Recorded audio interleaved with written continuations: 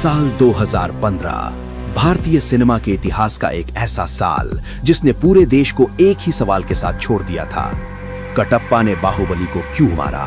इस एक सवाल ने 2 सालों तक करोड़ों लोगों की रातों की नींद उड़ा दी थी। लेकिन क्या आपने कभी सोचा है कि अगर फिल्म का वो खौफनाक अंत कभी होता ही नहीं? क्या होता अगर कटप्पा अपनी तलवार अमरेंद्र बाहुबली की पीठ में घोंपने के बजाय ऐन वक्त पर रुक जाता? क्या होता अगर भल्लाल देव की वो गंदी और क्रूर साजिश उसी रात उसी पल नाकाम हो जाती? आज इस वीडियो में हम इतिहास की सबसे बड़ी ब्लॉकबस्टर फिल्म बाहुबली के टाइमलाइन को बदलने वाले हैं। जानेंगे कि अगर बाहुबली नहीं मरता तो माहिष्मती का साम्राज्य आज कैसा दिखता।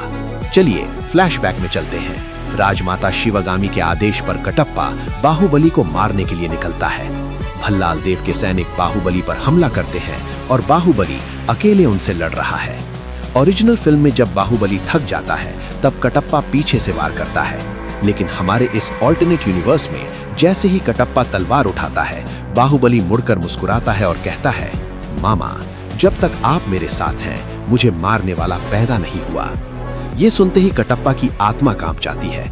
वो अपनी तलवार फेंक देता है और रोते हुए बाहुबली को गले लगा लेता है। वो बाहुबली को बताता है कि ये सब भल्लाल देव और बिज्जल देव की चाल है, जिन्होंने राजमाता के कान भरे हैं। अब कहानी बिल्कुल बदल चुकी है। बाहुबली मरा नहीं है, बल्कि वो सच जान चुका है। वो कटप्पा के साथ माहिष्मती के दरबार में एंट्री करता है। भल्लाल देव और बिज्जल देव, जो अपनी जीत का जश्न मनाने की तैयारी कर रहे थे, उनके पैरों तले जमीन खिसक जाती है। बाहुबली राजमाता शिवगामी के सामने भल्लाल देव के पाखंड और गद्दारी के सारे सबूत रख देता है। शिवगामी को अपनी भयानक गलती का एहसास होता है। वो रोते हुए बाहुबली से माफी मांगती है और उसी वक्त भल्लाल देव को राजा के पद से हटाकर जेल में डाल दिया जाता है। प्रजा खुशी से झूम उठती है क्योंकि उनका असली नायक अमरेंद्र बाहुबली अब माहिष्मती का नया और न्यायप्रिय महाराजा बन चुका है। देवसेना उसकी महारानी बनती है और पूरा साम्राज्य खुशहाल हो जाता है। ये कहानी सुनने में बहुत अच्छी लगती है ना? हर कोई चाहता था कि बाहुबली और देवसेना खुश रहें। लेकिन अब आते हैं सबसे कड़वे और सबसे बड़े सवाल पर। अगर बाहुबली में ये हैप्पी एंडिंग होती तो क्या ये फिल्म आज इतिहास की सबसे महान फिल्म कहलाती? जवाब है शायद बिल्कुल नहीं। डायरेक्टर एस राजामौली एक जीनियस है। वो जानते थे कि दर्शकों के दिलों पर राज करने के लिए सिर्फ एक अच्छी कहानी काफी नहीं होती, उसके लिए इमोशनल शॉक यानी भावनात्मक धक्का जरूरी होता है।